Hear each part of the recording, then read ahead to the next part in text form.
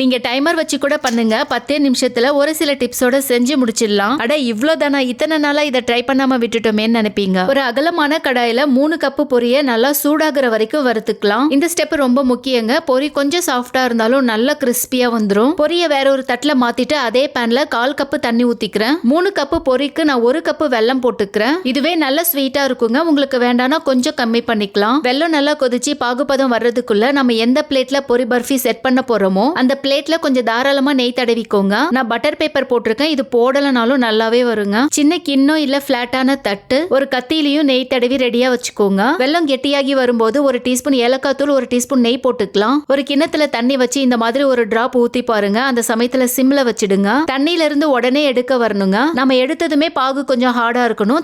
தலன்னு இருந்ததுன்னா இன்னும் கொஞ்ச நேரம் விடணும்னு அர்த்தம். நீங்க இந்த மாதிரி போட்டு பாத்தீங்கன்னா டங்குன்னு சவுண்ட் கேக்குங்க. கரெக்டான பதம். உடனேவே அடுப்பை நிறுத்திட்டு பொரிய கொட்டி கிண்டுங்க.